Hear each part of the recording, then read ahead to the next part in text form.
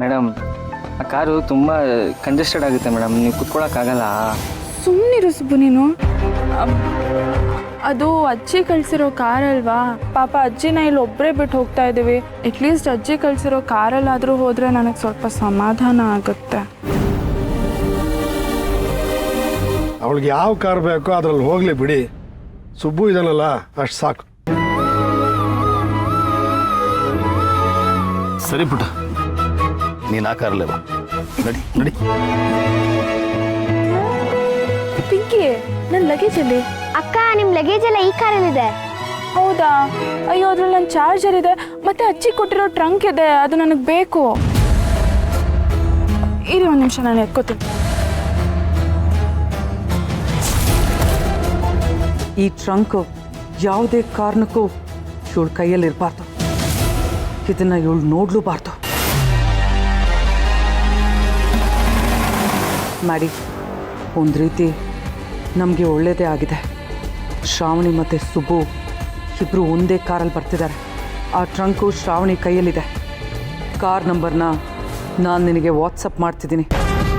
ನೀನೇನು ಮಾಡ್ತೀಯೋ ನನಗೆ ಗೊತ್ತಿಲ್ಲ, ಆದರೆ ಆ ಟ್ರಂಕು ಶ್ರಾವಣಿ ಕೈಯಿಂದ ನನ್ನ ಕೈಗೆ ಬರಬೇಕು ಅಷ್ಟೇ. ಮೇಡಮ್, ಈ ಟ್ರಂಕ್ ಆ ಕಾರಲ್ಲಿ ಹಿಡಿಯಲ್ಲ ಮೇಡಮ್, ಫುಲ್ ಆಗಿಬಿಟ್ಟಿದೆ ಅಂತಿದ್ದಾರೆ ಆಲ್ರೆಡಿ. ನನಗೆ ಗೊತ್ತಿಲ್ಲ ಸುಬ್ಬು, ನನಗಿದು ಬೇಕು ಅಷ್ಟೇ. ನನಗೆ ಅಜ್ಜಿ ಕೊಟ್ಟಿರೋದು.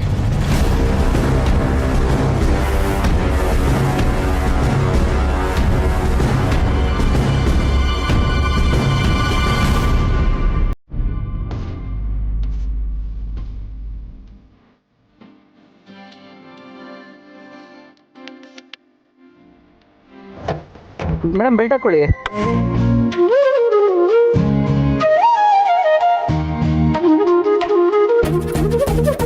ಆಹಾ, ಇದು ನಮ್ಮ ಅಮ್ಮನ ತವ್ರ ಮನೆ.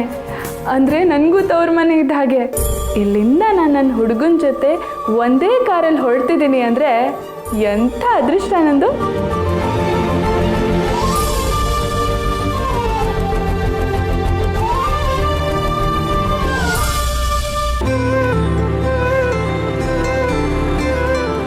ಅಂತೂ ನನ್ನ ಹುಡುಗನ ಜೊತೆ ನಾನು ಒಬ್ಬಳೇ ಇಷ್ಟು ದೂರ ಪ್ರಯಾಣ ಮಾಡೋ ಹಾಗಾಯಿತು. Sweet journey with Subbu. Madam, ಗಾಡಿಯಲ್ಲಿ ಒಂಚೂರು ಮುಂದೆ ಸೈಡ್ಗೆ ಹಾಕ್ತೀನಿ, ಒಂದು ಫೋನ್ ಮಾಡಬೇಕಾಗಿತ್ತು. ಗಾಡಿ ನಿಲ್ಸೋದಾ? ಬೇಡ ಸುಬ್ಬು, ಈಗ ತಾನೇ ಪ್ರಯಾಣ ಶುರುವಾಗಿದೆ. 100 ವರ್ಷ ಹೀಗೆ ಪ್ರಯಾಣ ಜೊತೆಲೇ ಮಾಡ್ಬೇಕಲ್ವಾ? 100 ವರ್ಷನಾ? ಏನು ಹೇಳ್ತಾ ಇದ್ದೀರಾ? 100 ವರ್ಷ ಅಲ್ಲ ಸುಬ್ಬು, 100 ನಿಮಿಷ. ನಿಂಗೆ ಕಿವಿ ಸರಿಯಾಗಿ ಕೇಳಿಸ್ತಿಲ್ಲ ಅಷ್ಟೇ. ಬೆಂಗಳೂರಿಗೆ ರೀಚ್ ಆಗೋದು ತುಂಬಾ ಲೇಟ್ ಆಗುತ್ತಲ್ವಾ, ಅದಕ್ಕೆ ಹಾಗೆ ಹೇಳ್ದೆ. ಅದ್ ಸರಿ, ನೀನ್ ಯಾರಿಗೋ ಫೋನ್ ಮಾಡ್ಬೇಕು ಅಂತ ಹೇಳಿದ್ಯಲ್ಲ, ಯಾರಿಗೆ? ಅಪ್ಪ ಏನಾದ್ರು ಕೆಲಸ ಕೊಟ್ಟಿದಾರಾ?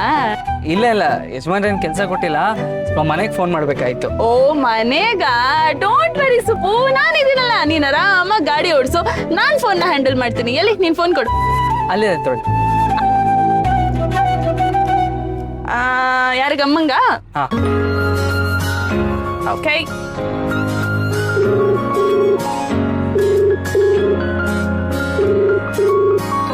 ಫೋನ್ ಹಚ್ಚುತ್ತಲ್ವಲ್ಲ, ಅಕ್ಕಂಗೆ ಮಾಡಿ, ಧನಲಕ್ಷ್ಮಿ ಅಂತ ಇರುತ್ತೆ. ನಂಗೆ ಗೊತ್ತು.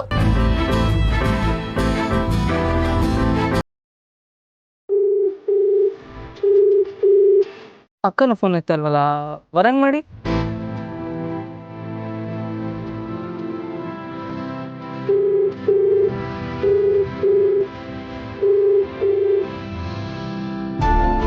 ವರಾನು ಫೋನ್ ಪಿಕ್ ಮಾಡ್ತಿಲ್ವಲ್ಲ, ಏನ್ ಎಲ್ರು ಬಿಸಿ ಆಗ್ಬಿಟ್ಟಿದಾರ? ಅಯ್ಯೋ ಹೌದು ಮೇಡಮ್, ಯಾರು ಫೋನ್ ಎತ್ತಲ್ಲ, ಅವ್ರ ಹತ್ರ ಏನೋ ಮಾತಾಡ್ಬೇಕಾಯ್ತು. ಏನಿಲ್ಲ, ಹೊರಟಿದ್ದೀವಿ, ಆದಷ್ಟು ಬೇಗ ಬರ್ತೀವಿ ಅಂತ ಹೇಳ್ಬೇಕಾಯ್ತು. ಒಂದ್ ಕೆಲಸ ಮಾಡಿ, ಇವ್ರ ಫೋನ್ ಎತ್ತಿಲ್ಲ ಅಂದ್ರೆ ಏನಾಯ್ತು, ಶ್ರೀವಲ್ಲಿಗೆ ಫೋನ್ ಮಾಡ್ಬಿಡಿ. ನಾನು ಶ್ರೀವಲ್ಲಿಗೆ ಹೇಳ್ಬೇಕಾಗಿತ್ತು ಹೊರಟಿದ್ದೀವಿ ಅಂತ. ಶ್ರೀವಲ್ಲಿಗೆ ಕಾಲ್ ಮಾಡ್ಬೇಕಾ? ಇರು, ಒಂದು ನಂಬರು ಡಿಲೀಟ್ ಮಾಡ್ತೇನೆ.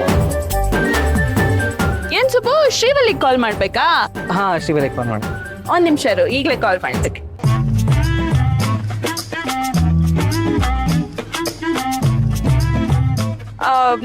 ಏನು ನಂಬರು ಶ್ರೀವಲ್ಲಿ ಅಂತ ಸೇವ್ ಆಗಿದ್ಯಾ? ಹಾ, ಶ್ರೀವಲ್ಲಿ ಅಂತಾನೆ ಸೇವ್ ಮಾಡಿದ್ದೀನಿ. ಇಲ್ವಲ್ಲ ಸುಬ್ಬು, ಶ್ರೀವಲ್ಲಿ ಅಂತ ಯಾವ ನಂಬರು ಇಲ್ವಲ್ಲ. ಅಯ್ಯಯ್ಯೋ, ಸೇವ್ ಮಾಡಿದ್ನಲ್ಲ, ಏನಾಯ್ತು? ಏನಾಯ್ತು ಅಂತ ನನಗೆ ಕೇಳಿದ್ರೆ ನನಗೇನ್ ಗೊತ್ತು? ವಾಟ್ಸಪ್ಪಲ್ಲೂ ಸರ್ಚ್ ಮಾಡಿದೆ, ವಾಟ್ಸಪ್ಪಲ್ಲೂ ಅವ್ರ ನಂಬರ್ ಸಿಗ್ಲಿಲ್ಲ. ಅದು ಸಾಫ್ಟ್ವೇರ್ ಅಪ್ಡೇಟ್ ಮಾಡುವಾಗ ಒಂದೊಂದ್ಸಲ ಪ್ರಾಬ್ಲಮ್ ಆಗಿ ನಂಬರ್ ಡಿಲೀಟ್ ಆಗ್ಬಿಡುತ್ತೆ. ಹಾಗೇನಾದ್ರೂ ಆಗಿರ್ಬೇಕು. ಹೋಗ್ಲಿ ಬಿಡು. ಹಾ, ಶ್ರೀವಲ್ಲಿ ಫೋನ್ ನಂಬರ್ ಫೋನಲ್ಲಿ ಇಲ್ಲ ಅಂದ್ರೂ ಫೋನ್ ಮಾಡ್ಬೋದು ಮೇಡಮ್. ಫೋನ್ ಮಾಡ್ಬೋದಾ? ಹೇಗ್ ಸುಬ್ಬು? ಬೇಡ ಕಣೋ, ಅವಳ ನಂಬರ್ ನೆನಪಿದೆ ಅಂತ ಮಾತ್ರ ಹೇಳ್ಬೇಡ, ನನಗೆ ತುಂಬಾ ಹರ್ಟ್ ಆಗ್ಬಿಡುತ್ತೆ. ಶ್ರೀವಲ್ಲಿ ಫೋನ್ ನಂಬರು ಫೋನಲ್ಲಿ ಅಂದ್ರೆ ಏನಾಯ್ತು? ಅವಳ ನಂಬರು ನಿಮ್ ಫೋನಲ್ಲಿ ಇದೆಯಲ್ಲ, ನಿಮಗೂ ಫ್ರೆಂಡ್ ತಾನೆ, ನೀವೇ ಫೋನ್ ಮಾಡಿ. ಹೌದು, ನನ್ನ ಹತ್ರನೇ ಇದೆ ಅಲ್ವಾ, ಮಾಡ್ತೀನಿ ಇರು.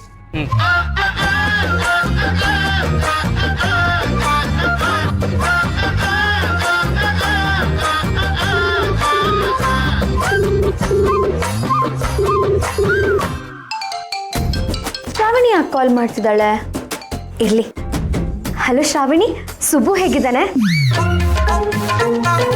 ಕಾಲ್ ಮಾಡಿರೋದು ನಾನು, ಆದ್ರೆ ಕೇಳೋದು ಸುಬ್ಬುನ. ಯಾಕೋ ಅತಿ ಆಯ್ತು. ಸುಬ್ಬು ಚೆನ್ನಾಗಿದ್ದಾನೆ ಶ್ರೀವಲ್ಲಿ, ಇಲ್ಲೇ ಇದ್ದಾನೆ, ನನ್ನ ಪಕ್ಕದಲ್ಲೇ ಕುತ್ಕೊಂಡಿದ್ದಾನೆ. ಅವನೇನೋ ನಿನ್ನ ಹತ್ರ ಮಾತಾಡ್ಬೇಕಂತೆ, ಅದಕ್ಕೆ ನಂಗೆ ಕಾಲ್ ಮಾಡು ಅಂತ ಹೇಳ್ದ. ನಾನು ಕಾಲ್ ಮಾಡಿದೆ, ಮಾತಾಡು. ಹಲೋ ಶ್ರೀವಲ್ಲಿ. ಸುಬ್ಬು, ನನ್ನ ಜೊತೆ ಮಾತಾಡೋದಕ್ಕೆ ಶ್ರಾವಣಿ ಹೇಳಿ ನನಗೆ ಕಾಲ್ ಮಾಡಿಸಿದ್ಯಾ? ಅಯ್ಯೋ, ನಾನು ನಿನ್ನನ್ನೇ ನೆನ್ಪು ಮಾಡ್ಕೊತಿದ್ದೆ ಸುಬ್ಬು. ನಾನು ನಿನ್ನನ್ನು ಎಷ್ಟು ಮಿಸ್ ಮಾಡ್ಕೊತಿದ್ದೀನಿ ಗೊತ್ತಾ?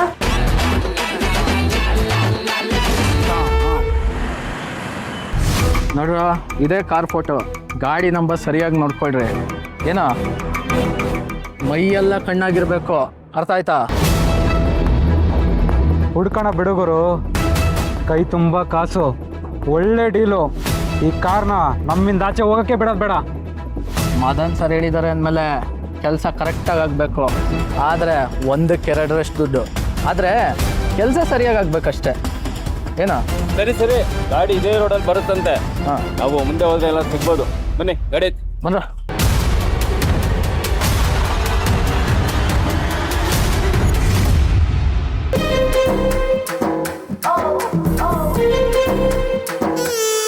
ಶ್ರೀವಲ್ಲಿ ಏನ್ ಹೇಳ್ತಿದ್ಯಾ? ಅಯ್ಯೋ, ಅಲ್ಲಿ ಶ್ರಾವಣಿ ಇದ್ದಾಳಲ್ವಾ? ಅದು ಸುಬ್ಬು, ನಾನು ಏನು ಹೇಳಕ್ ಬಂದೆ ಅಂದರೆ, ವರ್ಧಣ್ಣ, ವರಲಕ್ಷ್ಮಿ, ಧನಲಕ್ಷ್ಮಿ ಅಕ್ಕ, ನಿಮ್ಮಮ್ಮ, ನಾನು ತುಂಬ ಮಿಸ್ ಮಾಡ್ಕೋತಿದ್ದೀವಿ ಸುಬ್ಬು ನಿನ್ನನ್ನು. ಅದನ್ನು ಹೇಳಿದೆ ಅಷ್ಟೇನೆ. ಓ, ನೀನು ಯಾವಾಗ ಬರ್ತಿದ್ಯಾ? ಇಲ್ಲಿ ಎಲ್ಲರೂ ನಿಂಗೋಸ್ಕರನೇ ಕಾಯ್ತಿದ್ದಾರೆ ಗೊತ್ತಾ? ಓ, ಹಾಗೆ ಹೇಳ್ತೀಯಾ? ಎಲ್ಲರೂ ಮಿಸ್ ಮಾಡ್ಕೋತಾರೆ ಅಂತ ಹೇಳ್ತಾ ಇರೋದು ಮೇಡಮ್. ಏನಿಲ್ಲ ಶ್ರೀವಲ್ಲಿ, ಹೊರಟಿದ್ದೀವಿ ಅಂತ ಹೇಳಕ್ ಫೋನ್ ಮಾಡಿದೆ. ಅಮ್ಮಂಗೆ, ವರಂಗೆ, ಅಕ್ಕಂಗೆ ಫೋನ್ ಮಾಡಿದೆ, ಯಾರು ಫೋನ್ ಎತ್ತಿಲ್ಲ, ಅದಕ್ಕೆ ನಿನಗೆ ಫೋನ್ ಮಾಡಿಸ್ಬಿಟ್ಟೆ. ಆಯ್ತು ಸುಬ್ಬು, ನಾನು ಎಲ್ರಿಗೂ ಹೇಳ್ತೀನಿ. ಅದು ಸರಿ, ನೀನು ನಿನ್ನ ಫೋನಲ್ಲೇ ನನಗೆ ಕಾಲ್ ಮಾಡ್ಬೋದಾಗಿತ್ತು ತಾನೆ? ಶ್ರಾವಣಿ ಕೈಲಿ ಏನಕ್ಕೆ ಮಾಡಿಸ್ದೆ? ನಾನು ಅಷ್ಟು ದೂರದೊಳಾಗ್ಬಿಟ್ನಾ? ಅಯ್ಯೋ, ಆ ಥರ ಏನಿಲ್ಲ ಶ್ರೀವಲ್ಲಿ, ನಾನು ಡ್ರೈವ್ ಮಾಡ್ತಿದ್ದೆ, ಫೋನಲ್ಲಿ ನಿನ್ನ ನಂಬರ್ ಸಿಗ್ಲಿಲ್ಲ, ಅದಕ್ಕೆ ಅವ್ರ ಫೋನಲ್ಲೇ ಮಾಡಿಸಿದ್ದು. ಓ ಹೌದಾ? ಲೌಡ್ ಸ್ಪೀಕರಲ್ಲಿ ಇದೆಯಾ? ಹಾಗಿದ್ರೆ ಮಾತಾಡೋದಕ್ಕಾಗಲ್ಲ ಬಿಡು. ಸರಿ ಸುಬ್ಬು, ನೀನು ಹುಷಾರಾಗಿ ಬಾ. ಶ್ರಾವಣಿ, ಸುಬ್ಬು ಜೋಪಾನ.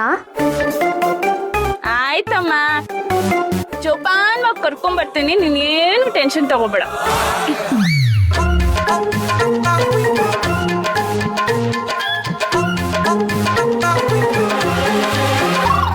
ನಡೀತಿದೆ ನಿಮ್ಮಿಬ್ರು ಮಧ್ಯ? ಮೇಡಮ್, ಏನ್ ಮೇಡಮ್ ಹಿಂಗ್ ಕೇಳ್ತಿದ್ದೀರಾ? ನಮ್ಮಿಬ್ರು ಮಧ್ಯ ಏನಿರಕ್ ಸಾಧ್ಯ? ಅವಳು ಹುಚ್ಚಿಚ್ಚಾಗಿ ಏನೇನೋ ಮಾತಾಡ್ತಾಳೆ, ಹೈಪರ್ ಆಗ್ಬಿಡ್ತಾಳೆ, ಎಕ್ಸೈಟ್ ಆಗ್ಬಿಡ್ತಾಳೆ, ಏನ್ ಮಾತಾಡ್ಬೇಕಂತಾನೆ ಗೊತ್ತಾಗಲ್ಲ. ಇನ್ನೂ ಚಿಕ್ಕ ಹುಡುಗಿ ಮೇಡಮ್, ಏನು ಅರ್ಥ ಆಗಲ್ಲ ಅವಳಿಗೆ. ಓಹ್, ಚಿಕ್ಕ ಹುಡುಗಿ, ಲೌಡ್ ಸ್ಪೀಕರ್ ಆನ್ ಅಲ್ಲಿದೆ, ಮಾತಾಡಕ್ ಆಗಲ್ಲ ಅಂತ ಚಿಕ್ಕ ಹುಡುಗಿನೇ ಹೇಳಿದ್ದಲ್ವಾ? ಅಯ್ಯೋ ಮೇಡಮ್, ಅವಳು ಆಡೋ ಮಾತಿಗೆಲ್ಲ ಅರ್ಥ ಹುಡುಕ್ತಾ ಇದ್ರಲ್ಲ ನೀವು. ಒಂದ್ ದಿವಸ ಏನಾಗಿತ್ತು ಗೊತ್ತಾ? ಅವ್ರ ಅಪ್ಪನ ಹತ್ರ ಹೋಗ್ಬಿಟ್ಟು, ಅಪ್ಪ ನಿನಗೆ ನಮ್ಮಮ್ಮ ಇಷ್ಟನಾ ಅಥವಾ ನಿನ್ನ ಹೆಂಡತಿ ಇಷ್ಟನಾ ಡಿಸೈಡ್ ಮಾಡು, ಇಬ್ರ ಜೊತೆನೂ ಹೇಗೆ ಸಂಸಾರ ಮಾಡ್ತೀಯ ಅಂತೆಲ್ಲ ಕೇಳ್ಬಿಡಿದ್ಲು. ಅದನ್ನ ಅವ್ರ ಅಮ್ಮ ಕೇಳಿಸ್ಕೊಂಡು ಗಲಾಟೆ ಮಾಡಿದ್ರು ಮೇಡಮ್, ದಿನ ಪೂರ್ತಿ ಗಲಾಟೆ ಮಾಡ್ಬಿಟ್ಟಿದ್ರು. ಆಮೇಲೆ ಯೋಚನೆ ಮಾಡಿದಾಗ ಗೊತ್ತಾಗಿದ್ದವ್ರಿಗೆ ಅವ್ರ ಅಮ್ಮ ಅವ್ರ ಅಪ್ಪನ ಗಂಡ ಎರಡು ಒಂದೇ ಅಂತ. ಅಯ್ಯೋ ಹುಚ್ಚು ಮೇಡಮ್, ಏನೇನೋ ಮಾತಾಡ್ತಿರ್ತಾಳೆ, ಒಂದಕ್ಕೊಂದು ಅರ್ಥನೇ ಇರಲ್ಲ. ಅವಳು ಆಡೋ ಮಾತಿಗೆ ಕೋಪ ಮಾಡ್ಕೊಂಡು ಬೇಜಾರು ಮಾಡ್ಕೊಂಡು ಕೂತ್ಕೊಂಡ್ರೆ ನಾವು ದಡ್ರಾಗ್ಬಿಡ್ತೀವಿ ಅಷ್ಟೇ. ನಿಮ್ಗೇನಾದ್ರೂ ಕೋಪ ಬರ್ತಾ ಇದೆಯಾ? ಇಲ್ಲಪ್ಪ ನನಗೇನು ಕೋಪ ಬರ್ತಿಲ್ಲ. ನನಗೆ ಯಾಕೆ ಕೋಪ ಬರಬೇಕು? ನನಗೆಲ್ಲ ಅರ್ಥ ಆಗುತ್ತೆ. ಹಂಗಿದ್ರೆ ಓಕೆ ಮೇಡಮ್. ಆದ್ರೂ ನಿನ್ನ ಮೇಲೆ ಒಂದು ಕಣ್ಣಿಟ್ಟಿರ್ಬೇಕು ಸುಬ್ಬು. ಇಲ್ಲ ಅಂದ್ರೆ ಕಣ್ಕೊಂಡವರೆಲ್ಲ ನಿನ್ನ ಮೇಲೆ ಕಣ್ಣು ಹಾಕ್ತಾರೆ. ಮೇಡಮ್ ಏನು ಯೋಚನೆ ಮಾಡ್ತಿದ್ದೀರಾ? ಏನಿಲ್ಲ, ಗುರುಗಳು ನಿನ್ನ ಶ್ರೀಕೃಷ್ಣ ಅಂತ ಹೇಳಿದ್ರಲ್ಲ, ಅದನ್ನ ನೀನ್ ಸೀರಿಯಸ್ ಆಗಿ ತಗೊಂಡ್ಬಿಟ್ಟಿದ್ಯಾ ಅನ್ಸುತ್ತೆ. ಹಾಗೇನಿಲ್ಲ ಮೇಡಮ್. ಶ್ರೀಕೃಷ್ಣ ಅಂದ್ರೆ ಬರೀ ಗೋಪಿಲೋಲನೇ ಆಗ್ಬೇಕು ಅಂತಿದ್ಯಾ? ಶ್ರೀಕೃಷ್ಣ ಅಂದ್ರೆ ಧರ್ಮ ರಕ್ಷಣೆ ಮಾಡ್ತಾನೆ, ದ್ರೌಪದಿ ಮಾನ ಕಾಪಾಡಿ ಭಕ್ತ ರಕ್ಷಕ ಅನ್ಸ್ಕೊಂತಾನೆ, ಪಾಂಡವ್ರಿಗೆ ರಕ್ಷಾ ಕವಚವಾಗಿ ಜೊತೆಯಾಗಿ ನಿಂತಿರ್ತಾನೆ. ಅಮ್ಮವರು ಅದೇ ತಾನೇ ಹೇಳಿದ್ದು, ನಾನೇ ನಿಮಗೆ ರಕ್ಷೆ ಅಂತ. ನನ್ ಮನ್ಸಲ್ಲೂ ಅದೇ ಮೇಡಮ್ ಇರೋದು. ಸರಿ ಆಯ್ತು, ನಾನು ನೋಡ್ತೇನೆ ನೀನ್ ಹೇಗಿರ್ತೀಯ ಅಂತ. ಶ್ರೀವಲ್ಲಿ, ನನ್ನ ಹುಡ್ಗ ಒಳ್ಳೆಯವನೇ, ಎಲ್ಲ ವಿಷಯದಲ್ಲೂ ಸಾಫ್ಟು. ಆದ್ರೆ ನೀನೇ ಸರಿ ಇಲ್ಲ. ಸುಮ್ಮನೆ ಒಂದು ತಂಟೆಗೆ ಬಂದು ನನ್ನ ಎದುರು ಹಾಕೋಬೇಡ. ನನಗೇನಾದ್ರೂ ಕೋಪ ಬಂತೋ ನಾನು ಕ್ಲಾಸು ಮಾಸು ಲೂಸು ಎಲ್ಲ ಆಗ್ತೀನಿ. ಹುಷಾರ್.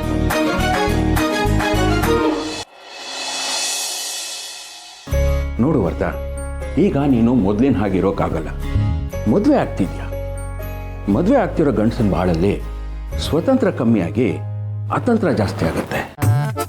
ಜಾಲಿ ಆಗಿದ್ದ ದಾರಿಗಳೆಲ್ಲ ಮುಚ್ಚೋಗಿ ಜವಾಬ್ದಾರಿಗಳನ್ನ ಕೋರುತ್ತೆ.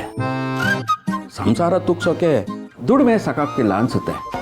ಸಾಕಾಗೋಷ್ಟು ದುಡಿಯೋಣ ಅಂತಂದ್ರೆ ಟೈಮೇ ಸಾಕಾಗ್ತಿಲ್ಲ ಅನ್ಸುತ್ತೆ. ಇರೋಷ್ಟು ಟೈಮಲ್ಲಿ ಆದಷ್ಟು ದುಡಿಯೋಣ ಅಂತಂದ್ರೆ ಹೆಂಡತಿ ಟೈಮ್ ಕೊಡ್ತಿಲ್ಲ ಅಂತಾಳೆ. ಇದನ್ನೆಲ್ಲ ನೀನು ತಾಳ್ಮೆಯಿಂದ ನಿಭಾಯಿಸ್ಕೊಂಡು ಹೋಗೋದನ್ನ ಕಲಿಬೇಕು. ಹ್ಞೂ ಅಪ್ಪ, ನೀವು ಹೇಳಿದ್ರೆ ನಂಗೆ ಚೆನ್ನಾಗಿ ಅರ್ಥ ಆಗ್ತಿದೆ. ಅಷ್ಟೇ ಅಲ್ಲ ಕಣೋ, ಇನ್ನೊಂದು ವಿಷಯ, ಯಾವುದೇ ಕಾರಣಕ್ಕೂ ಹೆಂಡತಿಗೆ ಹೆದರ್ಕೋಬಾರ್ದು. ಹೆದರ್ಕೊಂಡು ಬಾಳು ಬಾಳೇ ಅಲ್ಲ. ಈ ವಿಷಯದಲ್ಲಿ ಮಾತ್ರ ನೀನು ನನ್ನ ಫಾಲೋ ಮಾಡಬೇಡ. ಮದುವೆ ಆಗೋ ವಸ್ತುದಲ್ಲಿ ಸ್ವಲ್ಪ ಬಿಗಿ ಆಗಿಬಿಟ್ರೆ ಆಮೇಲೆ ಏನೂ ತೊಂದರೆ ಆಗಲ್ಲ. ಅದು ಬಿಟ್ಟು ಅವ್ರ ತಾಳಕ್ಕೆಲ್ಲ ನೀನು ಕುಣಿದ್ಯೋ, ಶುರುನಲ್ಲೇ ನೀನು ಜುಟ್ಟು ಹಿಡ್ಕೊಂಡ್ಬಿಡ್ತಾರೆ. ಆಮೇಲೆ ಇಡೀ ಜೀವನ ಆ ಜುಟ್ಟನ್ನು ಬಿಡಿಸ್ಕೊಳಕ್ಕೆ ಆಗಲ್ಲ. ಅಲ್ಲಿಗೆ ನಾವು ಕೆಟ್ವಿ ಅಂತಾನೆ ಅರ್ಥ.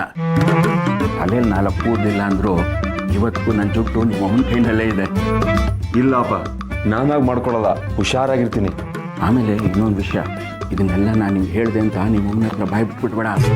ಇದೆಲ್ಲ ನಾನು ನಿನ್ನ ಕೊಡ್ತಾ ಇರೋ ಪರ್ಸನಲ್ ಅಡ್ವೈಸ್, ಗೊತ್ತಾಯ್ತಾ?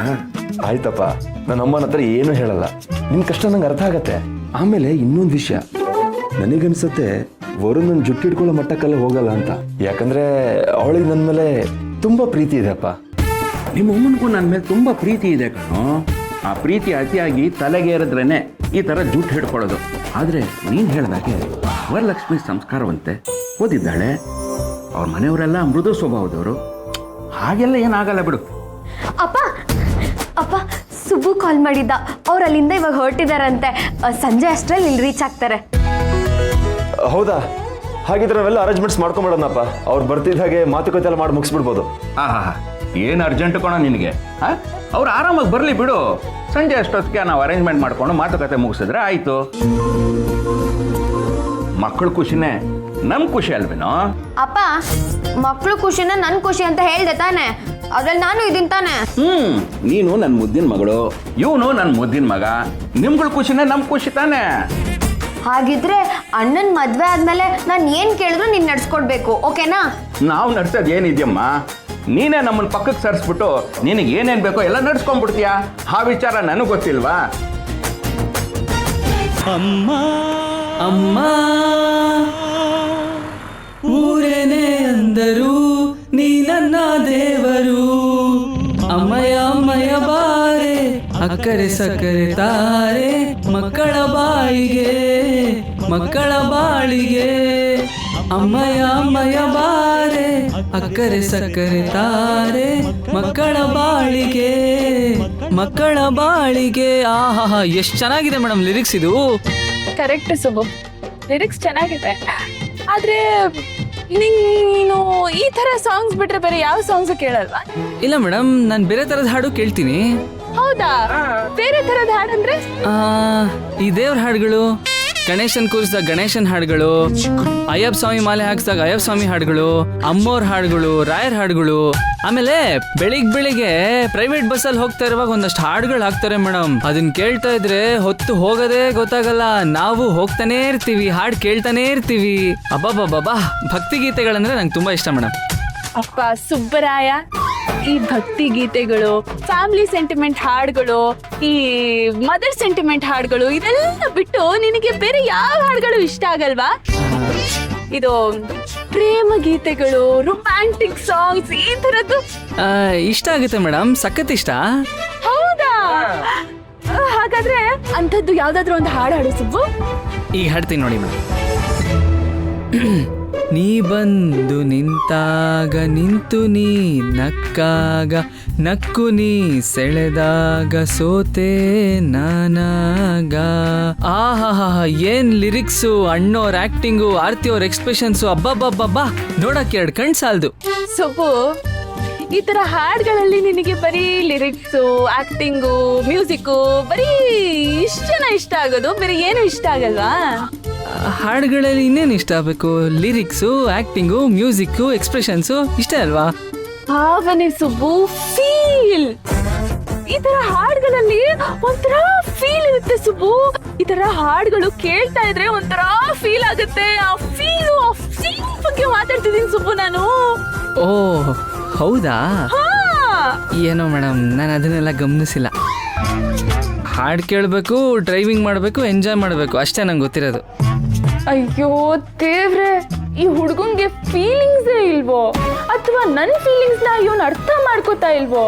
ಅಥವಾ ಪ್ರೀತಿ, ಪ್ರೇಮ, ಪ್ರಣಯದ ಬಗ್ಗೆ ಪೂರ್ತಿ ಪಾಠನೇ ಹೇಳ್ಕೊಡ್ಬೇಕೋ? ಒಂದೂ ಗೊತ್ತಾಗ್ತಿಲ್ಲ.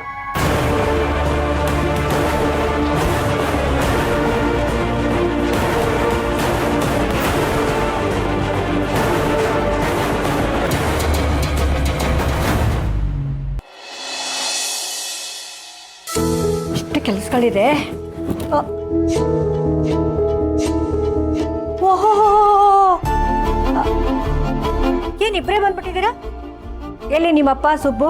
ಅವ್ರು ಹೊರಟಿದ್ದಾರೆ ಅಮ್ಮ, ಆದಷ್ಟು ಬೇಗ ಬಂದ್ಬಿಡ್ತಾರೆ. ಮನೇಲಿ ಏನಾದರೂ ಕೆಲಸ ಕಾರ್ಯಗಳಿರುತ್ತೆ, ಹೋಗಿ ಸಹಾಯ ಮಾಡಿ ಅಂತ ಅಮ್ಮ ಅಂದರು, ಅದಕ್ಕೆ ಬಂದ್ವಿ. ಹೌದಾ? ಪರವಾಗಿಲ್ವೇ, ನಿಮ್ಮಮ್ಮನಿಗೆ ಲೋಕಜ್ಞಾನ ಇದೆ ಅಂತ ಆಯ್ತು. ಏನೋ ಕೆಲಸ ಮಾಡೋದಾ? ಇಲ್ಲಿ ನೀವು ಮಾಡೋ ಕೆಲಸ ಏನಿಲ್ಲ, ನೀವ್ಯಾಕೆ ರಿಸ್ಕ್ ತಗೊಳ್ತೀರಾ? ಆ ಥರ ಏನಾದ್ರು ಕೆಲಸ ಇದ್ರೆ ನಾವೇ ನೋಡ್ಕೊಳ್ತೀವಿ, ನೀವು ಆರಾಮಾಗಿ ರೆಸ್ಟ್ ಮಾಡಿ. ಯಾಕೋ ಹಿಂಗಂದ್ಬಿಟ್ಟೆ ನೀನು? ನೀನು ಗಂಡು ಹುಡುಗ, ಮನೆಯಲ್ಲಿ ಏನ್ ಕೆಲಸ ಇರುತ್ತೆ ಇರಲ್ಲ ಅನ್ನೋದು ನಿನಗೆ ಗೊತ್ತಿರುತ್ತಾ? ಹೆಣ್ಮಕ್ಳು ನಮಗ್ ಗೊತ್ತಿರುತ್ತೆ. ಪಾಪ ಏನೋ ಸಹಾಯ ಮಾಡ್ಬೇಕು ಅಂತ ಇಬ್ರು ಬಂದಿದ್ದಾರೆ, ಬೇಡ ಅಂತಿದ್ಯಲ್ಲ. ಓಹೋ, ಈಗ್ಲೇ ಹೆಂಡತಿನ ಪಾಪ ತಲೆ ಮೇಲೆ ಕೂರ್ಸ್ಕೊಂಡು ಮೆರೆಸ್ಬೇಕು ಅಂತಿದ್ಯಾ? ಅಲ್ಲ ಹಾಗಲ್ಲಮ್ಮ, ಪಾಪ ಅವರು. ಪಾಪದವ್ರಾ? ಅಲ್ಲ ಹಾಗಾದ್ರೆ ನಾವ್ಯಾರು ನಿನ್ ಕಣ್ಣಿಗೆ ಪಾಪದವ್ರ ತರ ಕಾಣಿಸ್ತಿಲ್ವಾ? ಬೇಡ ಬಿಡ್ರಮ್ಮ, ನೀವು ಕೆಲಸ ಮಾಡ್ಬಿಟ್ರೆ ನನ್ ಮಗನ್ ಕೈ ಸೋದೋಗುತ್ತಂತೆ, ಬೇಡ ಬಿಡಿ.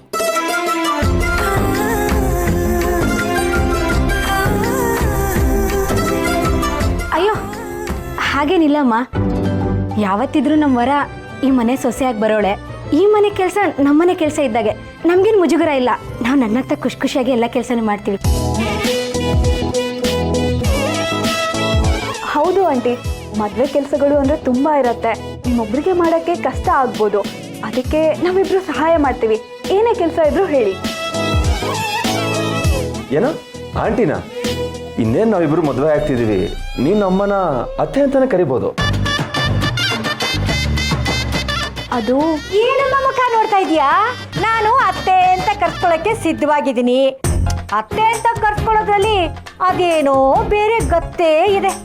ಸರಿ, ಕರಿಬೋದು ನೀನು.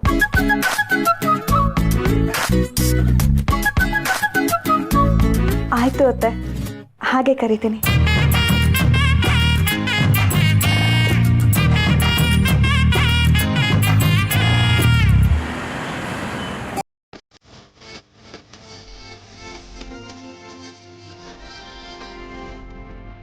ಸುಬ್ಬು, ಈ ಥರ ಎಷ್ಟು ಸಲ ನಾನು ನಿನ್ನ ಜೊತೆ ಓಡಾಡಿಲ್ಲ, ಆದರೆ ನಿನ್ನ ಮೇಲೆ ಪ್ರೀತಿ ಆದಾಗ್ಲಿಂದ ಇದೇ ಮೊದಲನೇ ಸರಿ ನಿನ್ನ ಜೊತೆ ಪ್ರಯಾಣ ಮಾಡ್ತಿರೋದು.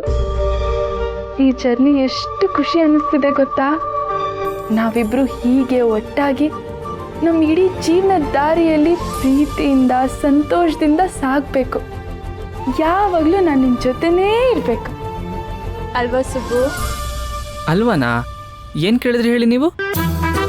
ಇಲ್ವಲ್ಲ, ಇಲ್ಲ, ನಾನೇನು ಕೇಳಿಲ್ಲ.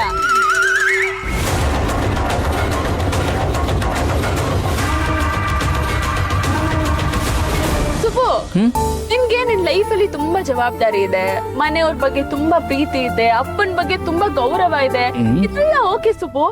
ನೀನ್ ಯಾವಾಗ್ಲೂ ಡಿಸೆಂಟ್ ಆಗಿ ಸೈಲೆಂಟ್ ಆಗಿ ಇರ್ತೀಯ ಅಲ್ವಾ ಸುಬ್ಬು? ಅದು ನೀನು ಮುಂಚೆ ನಾನು ಹೀಗೆನಾ? ಹಂಗೇನಿಲ್ಲ ಮೇಡಮ್, ಸ್ಕೂಲಲ್ಲಿ ಇದ್ದಾಗ ನಾನು ತುಂಬಾ ತರಲೆ ಮಾಡ್ತಾ ಇದ್ದೆ. ನಾನು ಮಾಡದೇ ಇರೋ ತರಲೆ ಇಲ್ಲ, ನನ್ಗೆ ಹೊಡಿದೇ ಇರೋ ಟೀಚರ್ಸ್ ಇಲ್ಲ. ಹೌದಾ? ಹೊಡಿತಾ ಇದ್ರಾ?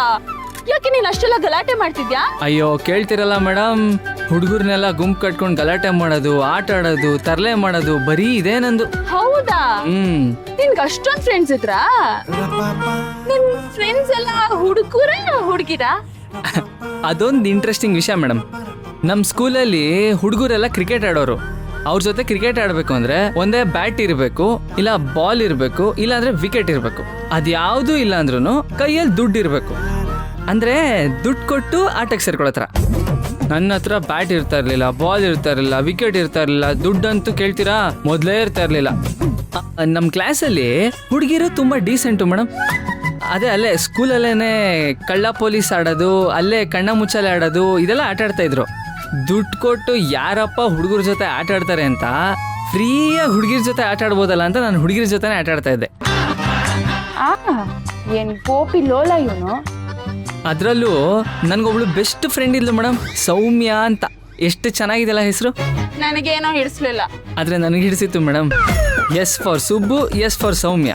ಎಕ್ಸಾಮಲ್ಲಿ ಯಾವಾಗಲೂ ಒಟ್ಟಿಗೆ ಕುತ್ಕೋತಾ ಇದ್ವಿ. ತುಂಬ ಸೌಮ್ಯವಾಗಿರ್ತಿದ್ಲು ಮೇಡಮ್. ಚೆನ್ನಾಗಿ ಓದ್ತಾ ಇದ್ಲು, ಚೆನ್ನಾಗಿ ಹಾಡ್ತಾ ಇದ್ಲು. ಅವಾಗವಾಗ ನನ್ನ ಪೇಪರ್ ನೋಡ್ಕೊಂಡು ಎಕ್ಸಾಮಲ್ಲಿ ಕಾಪಿ ಹೊಡಿಯೋಳು.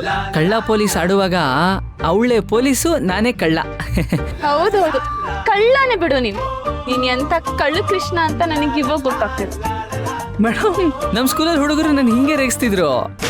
ಅಯ್ಯೋ ದೇವ್ರೆ, ಏನಪ್ಪ ಇವನ್ ಲೀಲೆಗಳು. ಇವನ್ ಆಗ್ಲೇ ಆಗಿದ್ದ ಅಂದ್ಮೇಲೆ ಈಗ ಇನ್ ಹೇಗಿರ್ತಾನೋ. ಜೊತೆಗೆ ಆ ಶ್ರೀವಲ್ಲಿ ಬೇರೆ, ಅವಳೊಬ್ಳನ್ನ ದೂರ ಇಟ್ರೆ ಸಾಕು ಅಂತ ಅನ್ಕೊಂಡಿದ್ದೆ. ಆದ್ರೆ ಈಗ ಯಾರು ಸೌಮ್ಯ ಅಂತೆ. ಈ ಸುಬ್ಬುನ ಪಡ್ಕೋಬೇಕು ಅಂದ್ರೆ ನಾನು ಅದೆಷ್ಟು ಜನರ ಜೊತೆ ಫೈಟ್ ಮಾಡ್ಬೇಕೋ ಏನೋ.